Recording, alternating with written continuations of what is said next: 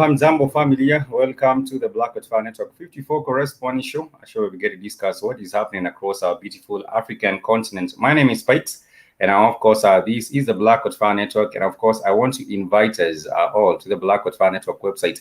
It's www.blackfirenetwork.com. And if you would like to connect to the rest of the family, simply feel free to do so by using the network website. You can also download the Black Fire Network app. It's available on Google Play Store. And of course, it's a good look right there on the Black Fire Network app. And of course, on this particular day, being on the 7th of January, the year 2020, we are already 7 days in, which is actually telling us that time flies. And at the end of the day, you might be looking back and wondering what happened to your very first week of the year, but by then it might be too late. You still have the time to actually redeem your week and actually, salvage, what is left of this particular week. Today being on another step, we do have one more day left, and we can call it a wrap. And of course, that is the very first week of 2021. What do you purpose to achieve with the very first 30 days of this particular year?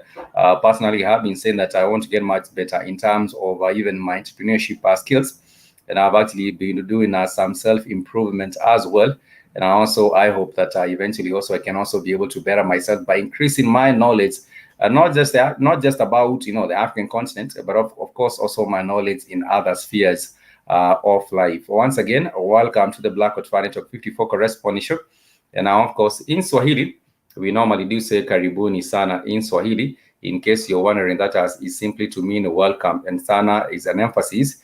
Sana simply means a lot or very. We shall be embarking on our Swahili classes for the weekend, I believe on Saturdays and Sunday. And of course, we have had a challenge simply because our other channel, YouTube, did strike our other channel, and therefore we are not able to stream on that particular one. But nonetheless, that will not stop us. We shall still continue pressing on, and I hope that you are able to find some time to join me on the Black Hot Fire Network Swahili classes for the weekend. It's really a delight when we are learning Swahili together, because as always, you cannot really learn a language by yourself. It's very difficult, because a language has to do with communication, and you have to communicate with friends, you have to communicate with your family, you have to communicate with other people in your immediate surrounding, and that is how you'll be able to get better in Swahili. We also do have a Swahili guidebook. It's available on lulu.com. If you head over to lulu.com and search for the Swahili guidebook, Mwanzo Swahili guidebook, you will find it under Poems of Africa, and it's very easy for you to download that particular one. And I also get it for just about $8, a Swahili guidebook. If you purpose to do all other things this year, also purpose to learn one particular language, African language, it doesn't have to be Swahili. You can also purpose to learn a little bit of Shona. You can also purpose to learn a little bit of some Dembele language. You can also purpose to learn Yoruba or some Igbo language, or even Somali. There are so many beautiful African languages that you can purpose to learn. And why is the language important? I believe the language is important because you shall be able to connect, with your roots. It's very much important that you connect with the roots, using these languages. And now, of course, last year when we were in Tanzania, we did have the delight of, some of the family on the Black Hot Fire Network are able to catch on, what are the local people saying with the Swahili language, because we have already learned a bit of that right here on the Black Hot Fire Network. Nonetheless, today we shall not be delving much into Swahili or other African languages. In case you're wondering, we do have so many languages on the continent. In Nigeria alone, we have about 200 languages. Go to Ghana and Tunisia. We also do have Ghana and Cameroon. We also do have about 100 languages in each of these countries, and therefore, among four countries, we happen to have about 400 languages, and it might be overwhelming. If someone also tell you to go and learn these languages, it's very overwhelming. You might wonder, where do you start? But nonetheless, I will just give you a hint. It's just a good thing to go and start with Swahili. It's easy, any other African Bantu language, it's very easy. But Swahili, I believe it's even much more easier to learn. Just in case you do have the interest, we are providing you with the tools right here on the Black Hot Fire Network to be able to do that, to be able to learn a little bit of these languages. How is your morning coming along? I would like to know. It's actually 27 minutes past 1 p.m. in Nairobi. I do not know how your day is coming on, how your day is coming up, but nonetheless, it's still important to continue with approaching the day with a lot of optimism. There's a lot of optimism.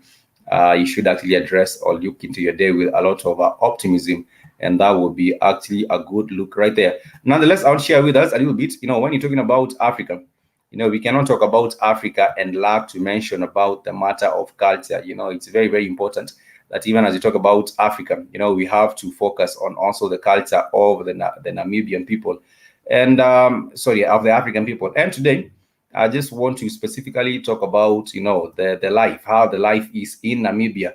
And of course, I want to share with us this particular culture video of the culture of the Namibian people.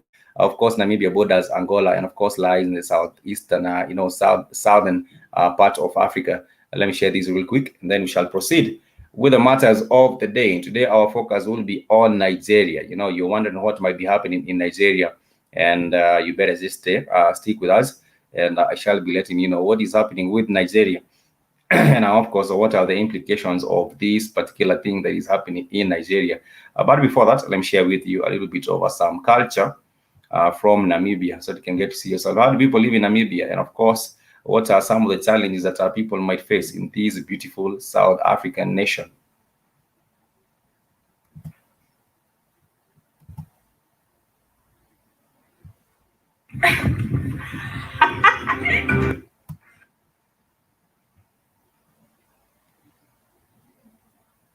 Hi everyone, welcome back to World's Channel. This is my container, and I'm going to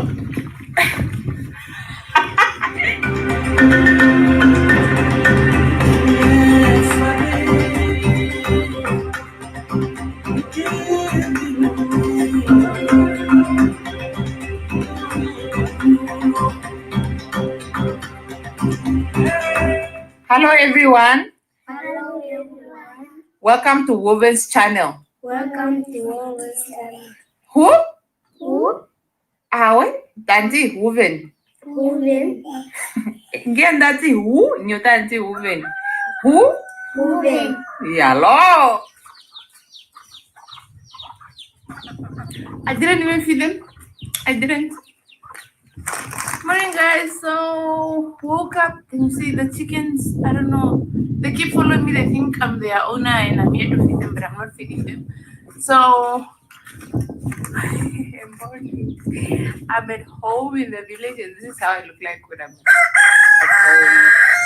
So we're going to just woke up about a while ago. You can see it's the morning, and we're going to collect water because we don't have water in our house. We literally collect water on our heads.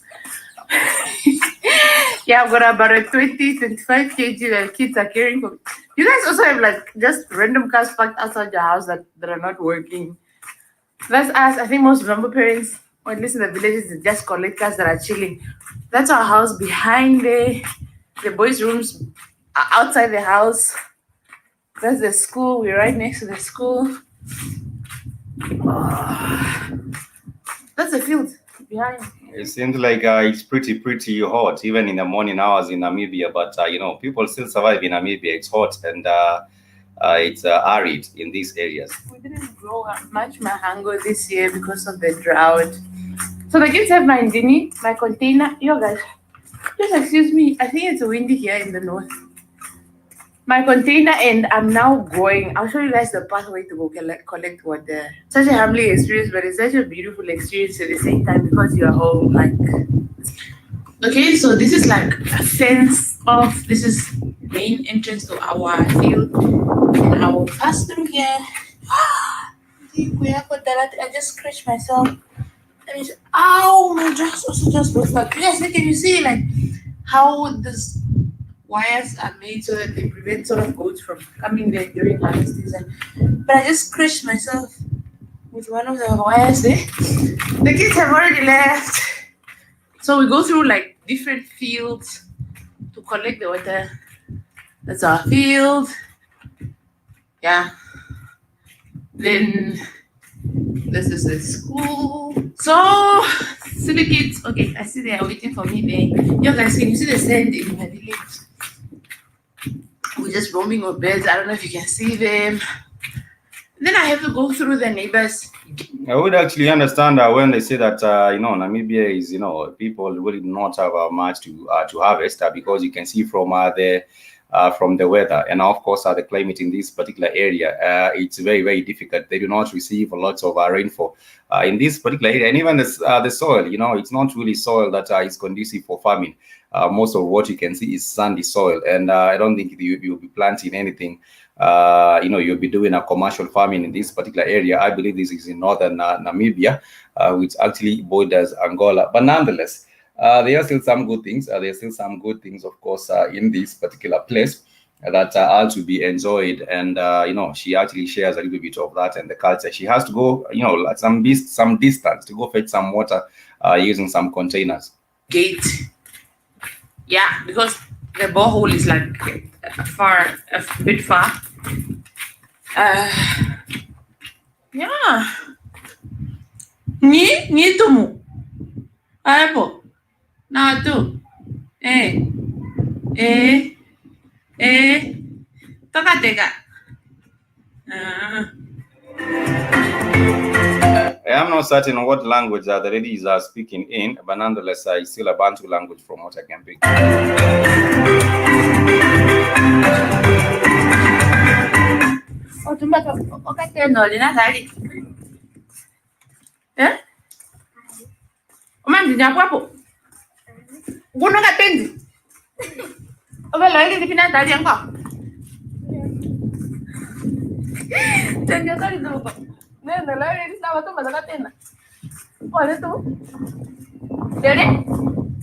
No, Fico.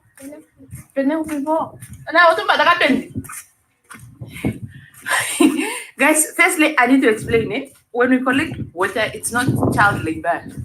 Please. It's not child labor, but everybody has to collect water because how else are we going to eat? We make our food with the water, we bath with the water, come to Mr. So those are my little cousins, and then they're all carrying 20 kgs like I'm going to. But I also used to do this when I was small.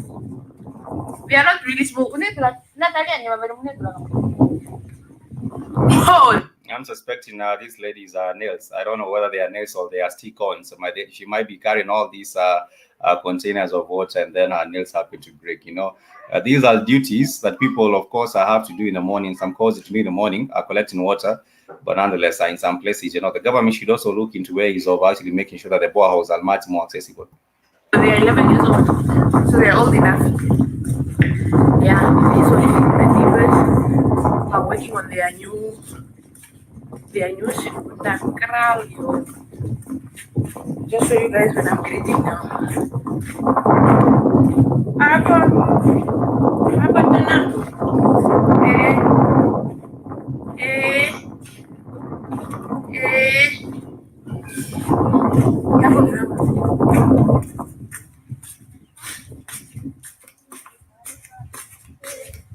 This house doesn't have like a pathway, so I have to go here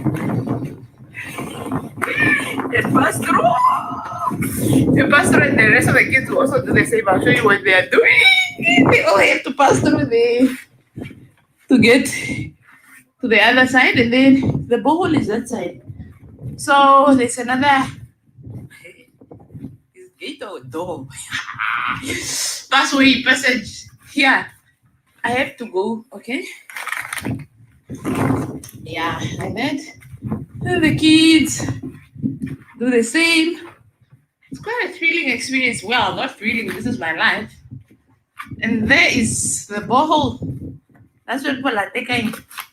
Okay, we just arrived at the borehole. So some people can collect water with donkeys. I think if you come from far, some people travel as far as like 5-10 k's just to get water. And especially this drought season, it's very rare to find like water. So the cattle, I think the goats also drink here because I see it's a timber. Don't know what the timber is in English.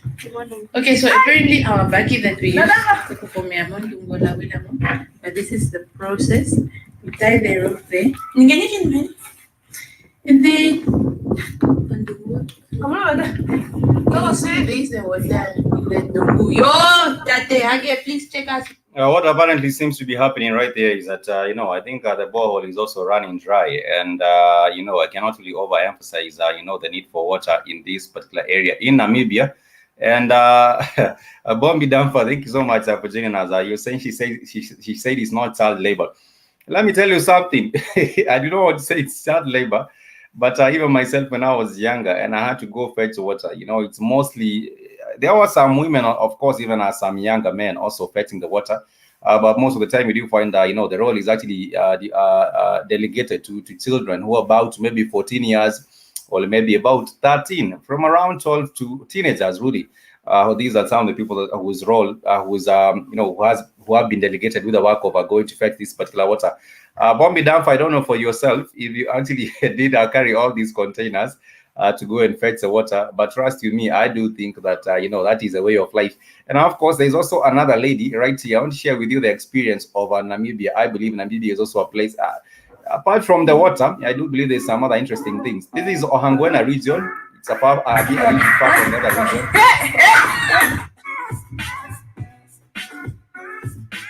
In Namibia still.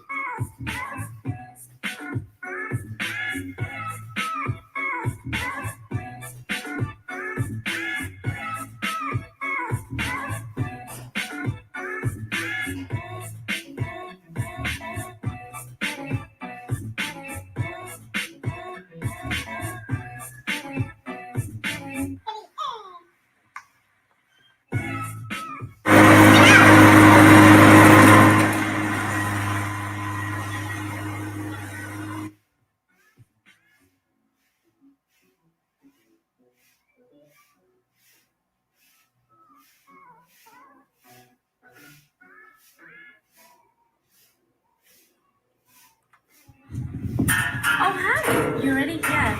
I'm Gail, and welcome to my channel. Come on in, let me show you how a diva is. Okay, welcome to Gail's channel. Take and go. Welcome to Gail's channel. I think the lady is trying to have the dad repeat, but the dad is not having any of that. Dad. Welcome to Girls Channel. Say hi. Hi. Say hi. Hi. This is so wonderful. Edinalo vele. Le? This. Deshi. Edinalo vele. Grace. Huh? Grace. Grace. So, Girls Channel. guys, this was my grandmother's first ever car. She's no longer with us, but she's watching us all the way from heaven. As you can see, Tufi is brushing her teeth. One using a cut. Oh my! Probably. As you can see, I think from this particular area, the Ovamboland, it's a bit much. It's not as dry and arid as the other area that we were seeing closer to Angola. I believe closer to Angola, that is where we also do have, the place is being so even you cannot plant a lot of things. Or either maybe perhaps in this particular region over the period of this recording of this video, maybe it was around during the rainy season. You might never know. That is why it seems a little bit greener than the other video. The problem with this place is the ants. They're like way too much. Fenito fit or shamangwa? Come on, just. I think that the goat is trying to refuse to be featured on this video. They're trying to force the goat to be featured on this video anyway.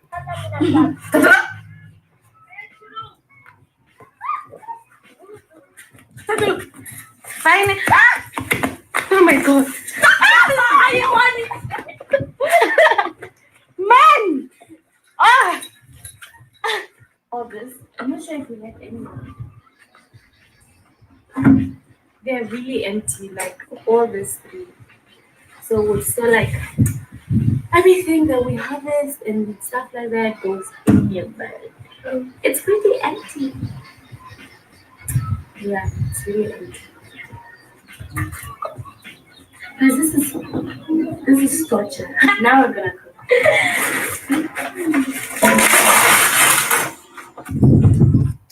From what you can see, I think Bombi Dampa, you might consider getting yourself a Namibian wife because it seems like she can cook. I think Bombi Dampa, you might consider getting yourself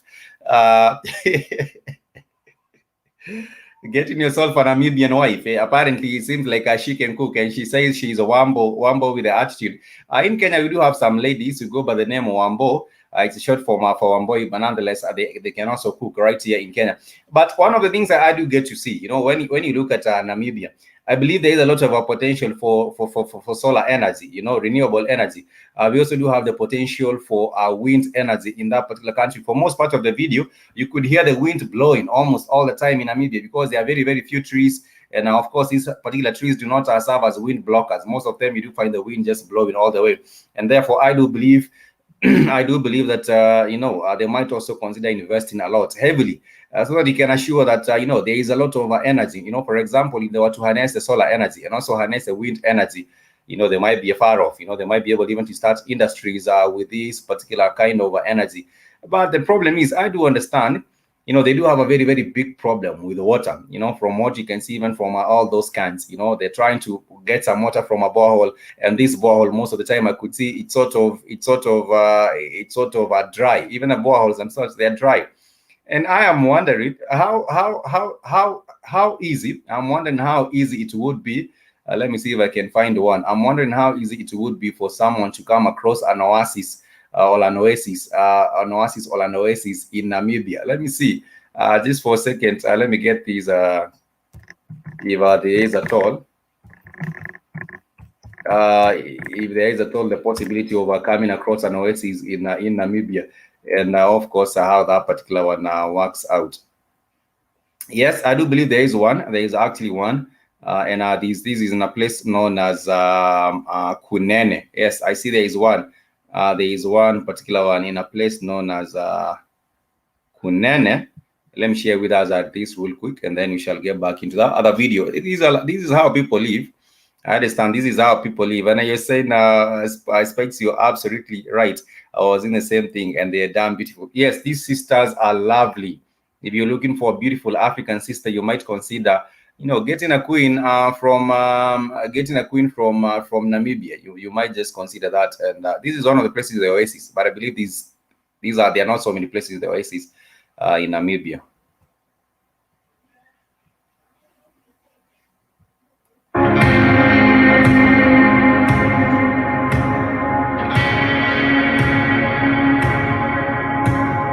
No, I believe this is a tourist destination. It's not really an oasis, but nonetheless, let me share a little bit of the next. We shall go back to the matter of Nigeria. Where's the next?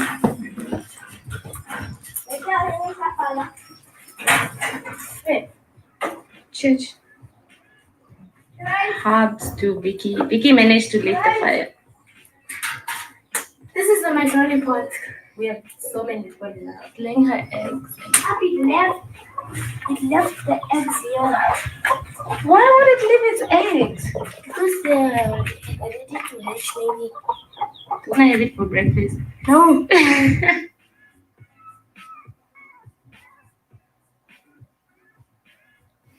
I don't know why this family is tormenting the animals. There's a lot of meat.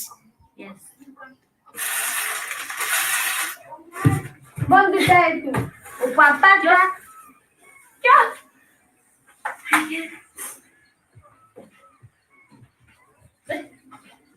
People come and not eating. They're not eating.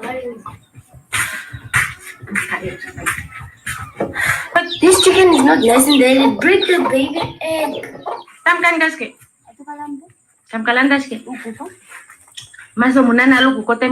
There's one particular one, a Bombi Damper, like this particular one, who knows how to handle her beer. Anyhow, that is a little bit of what is going down in Namibia. But the thing is, there is a lot of potential, especially for solar and for solar and wind energy. And I believe if harnessed in the proper way, this particular country would actually be seeing a different kind of a reality as you speak, And also, I understand, not just in Namibia, even when you cross over and go back to Botswana, Botswana is known for dairy farming. Not really for dairy farming, but for beef farming in Botswana. That is one of the commercial activities. But when it comes to Namibia, I understand there is also minerals on the ground. There are lots and lots of minerals on the ground. And the thing is, when you do have minerals on the ground, you should also be able to have some leverage, to get some leverage from the endowment of these mineral resources on the ground, which is perhaps that Namibia has not been able to do. Because maybe perhaps the exploitation of these particular minerals has actually been centered in South Africa. South Africa has been known to be the center of minerals when it comes to minerals such as gold. There's a lot of gold mining in South Africa, the nation itself. But Namibia's economy also heavily relies on its mining industry. Of course, they are known to produce diamonds. They are known to produce silver. They are known to produce tungsten. They are known to produce lead. They're also known to produce zinc, tin, uranium, and copper. And of course, the percentage, about 25% of the economy, actually, the revenues for the economy actually comes from the mining sector, 25%, which is a very, very big sector. And I was saying perhaps with the potential, you go to a place and you wonder what can actually be what is missing in this particular area. I know for a fact that most of these particular homes do not have reliable electricity.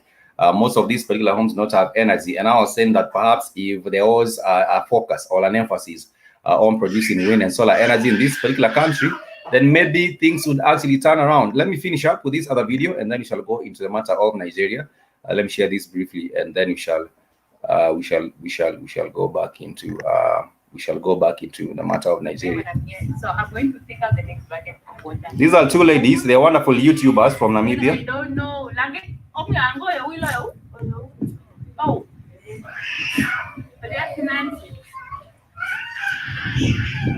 I am with a little blue. Yeah. Babe. You don't need a drip after this.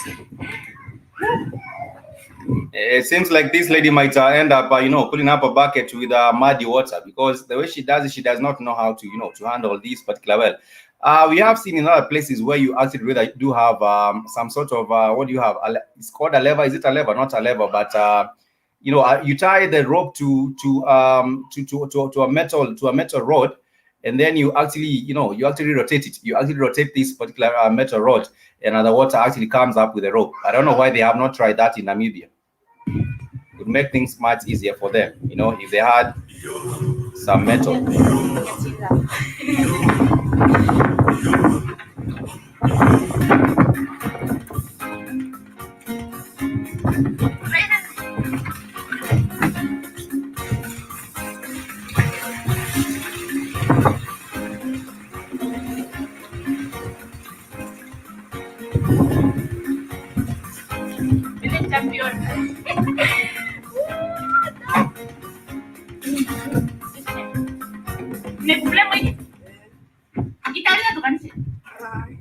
Yeah, and then I just throw it in. Then it will do it. And of course, if anyone is looking for opportunities, of course, to better Africa, I think some of the opportunities would really, consider putting in some work in terms of, putting in some work in terms of, delivering or making sure that people can access water in places like this. I think that would be an area perhaps to consider. But of course, the returns might not be as large because, as you see, the families in most of these particular areas are not, they're not well off families. If I might use that particular word.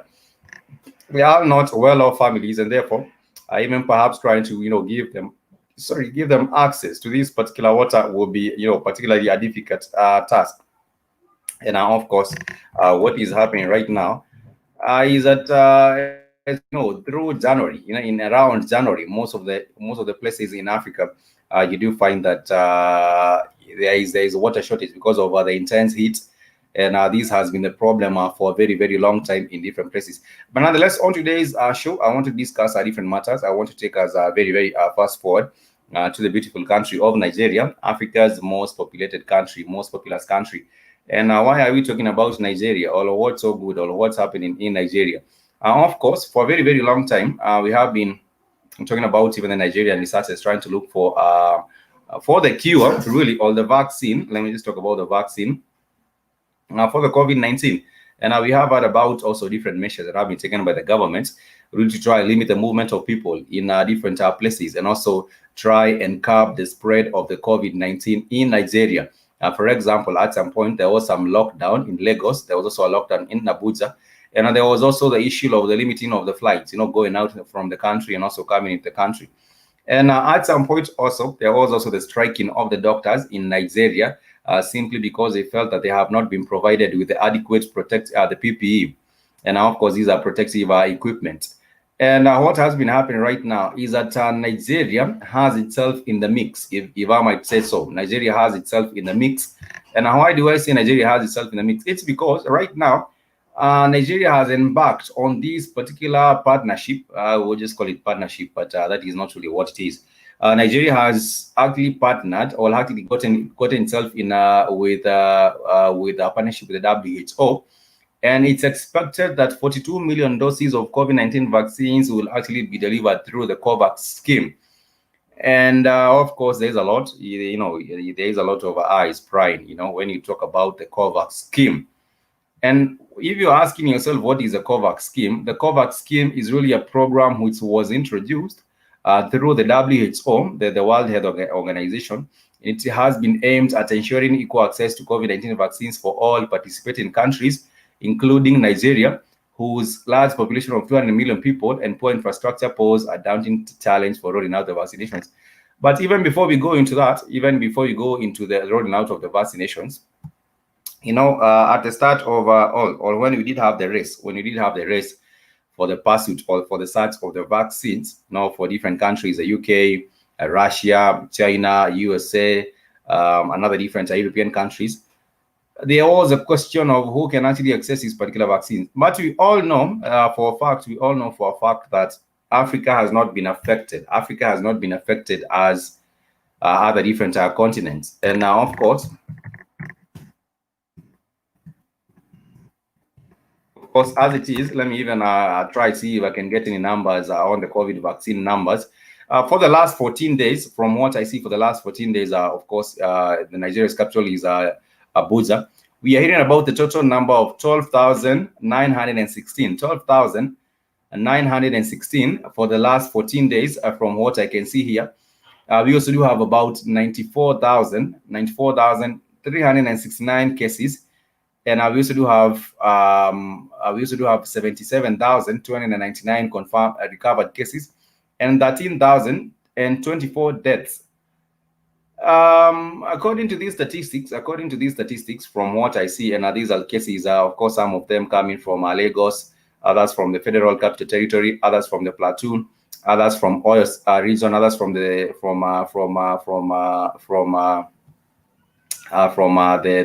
rivers region. And if you're talking about 94,000 cases, personally, I do not see, I might be mistaken, but personally, I do not see the urgent need for Nigeria to have a drive to vaccinate about 40% of the population. I do not see that particular need personally, because like I said, even if we do have this Covax program, which is a program which has actually been put in place by the WHO, and I'm talking about helping, poor countries. This is the third world countries. Third world countries access the COVID vaccine, the corona vaccine. The numbers really do not add up. Even when you talk about locking down African countries, for me the numbers do not add up. If you do have a country with a population of about 200 million, over 200 million, there might be about 210 million right now, with a population of about 210 million people. And then you're telling me that you have now to vaccinate 40% of the population this year in 2021, and then 30% of the population in 2022, and then maybe the remainder in 2023. I do not see this to be an emergency for Africa. I do not see this to be an emergency for Africa, even as it is. And this is in total honesty. I do not see this to be an emergency and having the need to vaccinate 40% of the population, and they're talking about the numbers receiving 42 million doses. These are 42 million doses, but you ask yourself, if it's 42 million doses and the cases that have been confirmed to be positive are 94,000, why do you have a need for 42 million doses to be delivered to Nigeria? Of course, for me, I do understand and I do believe they are already motivated into vaccinating Africans worldwide. Yes, there's only about 42 million doses to be received this particular year, but they couldn't, of course, find the Ebola vaccine. People have to ask themselves critical questions. And if you do your own thinking, you have to realize that there is a deeper motive behind this particular drive for these vaccines to be pushed into Nigeria. Nigeria, of course, is Africa's largest, most populated country, with over about 210 million people. The numbers might even be higher in terms of the population of the people in this particular country. Then why do we have these 40 million? When we do have other disasters, for example, let me just use a typical example of the cyclone Idai. This was a cyclone that hit Mozambique. And no one was there to give any kind of donations or to give any kind of support to the people of Mozambique. There were hundreds of thousands of people that were displaced from their homes.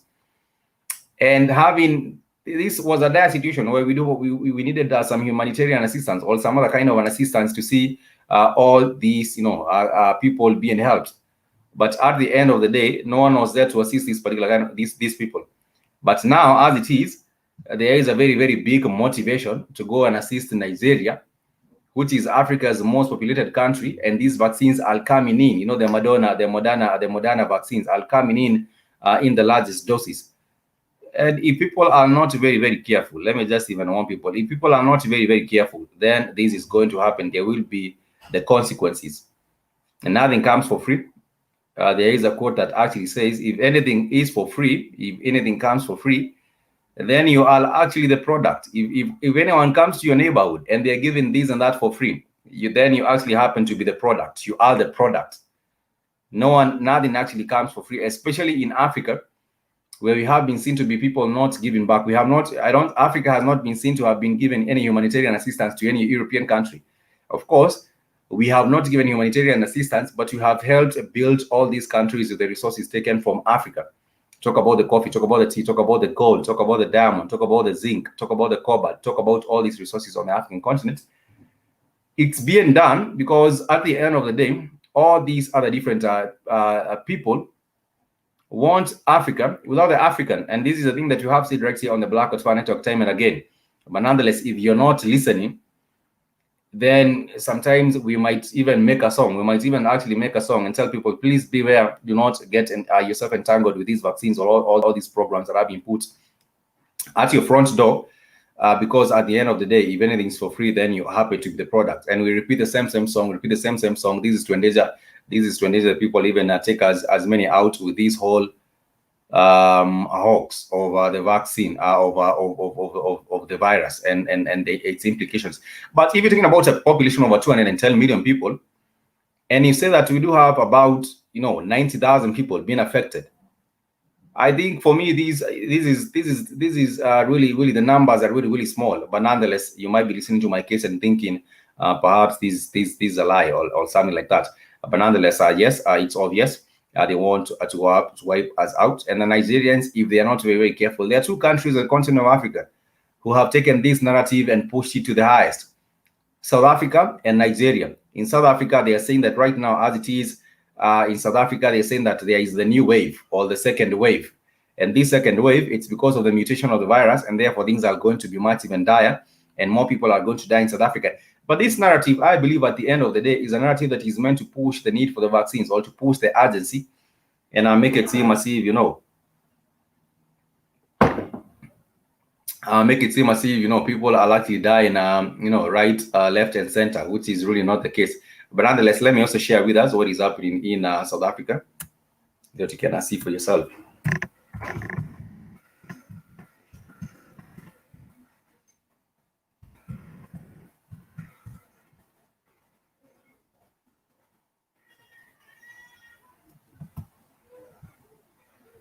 Let me share with us what is being said in South Africa, because they're saying that, this is going into, this is a second wave and all those other things that are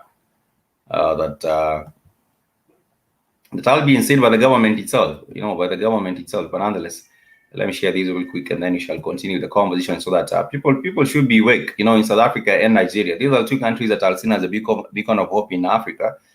But also they are also the ones that are most asleep, unfortunately. Psychologically, a lot of panic, without a doubt, is going to take place. I think, just tweeting this a few moments ago, you could kind of gauge the reaction from South Africans about what happens now.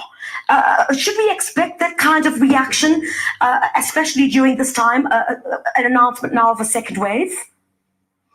I think that the concerns, the anxiety is going to rise, and I think it's appropriate that people must be affected by this kind of announcement, because the government, I think, has been fairly restrained in how it's dealt with this. And the result is we've had the super spreader effects, particularly with these end-of-year parties of school kids, matriculants, and so on, which the minister showed on the graph, and you've mentioned in your commentary, that this is the largest infected group. The consequences of that are that many of us who have those young people as our offspring, our grandchildren, and so on, are going to be similarly affected and infected, because the young people will be interacting with us during this festive period.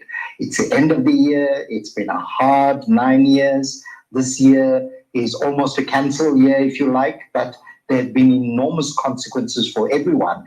And people are looking forward to spend quality time with their loved ones. But this shadow, and that, of course, was about 2 weeks ago when South Africa was said to be going into the second wave.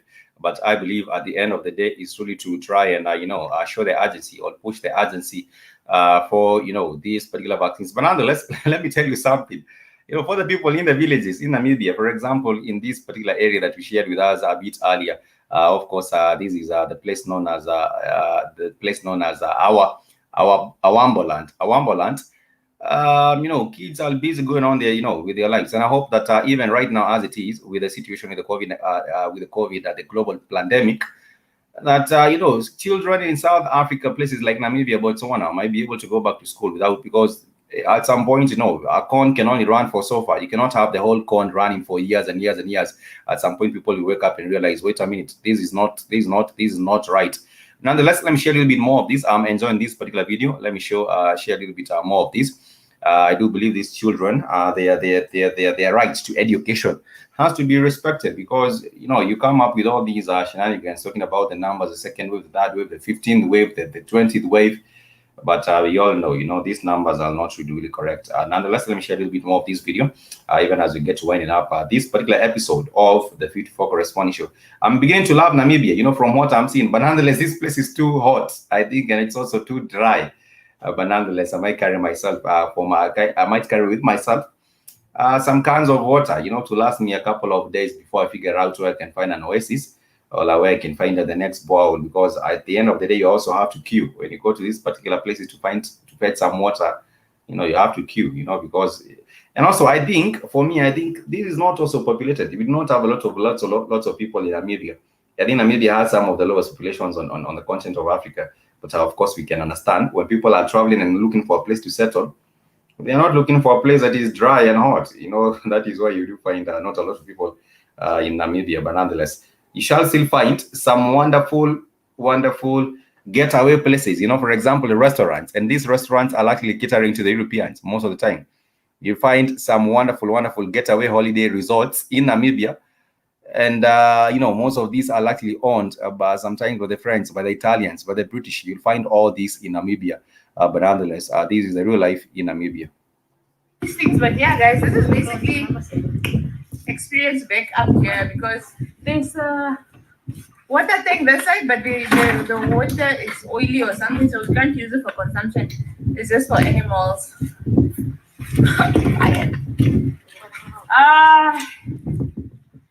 Okay, I'm going to try again. Yeah.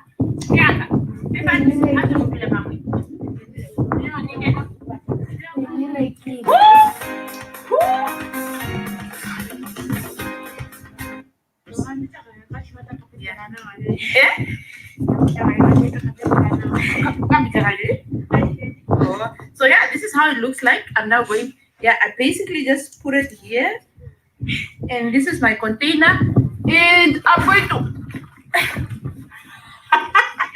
no, one of the kids was actually coming help me. Congo. Oh. So yeah. Bombi Damfa, I think you deserve yourself a hard-working woman like this. She'll actually pick up firewood, affects firewood, and also affects the water. And then you'll also be busy constructing the house and doing something else, and you divide the work. And that is how you'll build one of the best places in Namibia. But nonetheless, I do. This is what happens. This is a life on the ground, and it's not all the city life. This is not the city life. This is a real life on the ground. Sure. Yeah, yo guys, there's 20 kgs of water on my head, and I think my container is leaking. But basically, this is how it happens. Alright, and now what I did like now.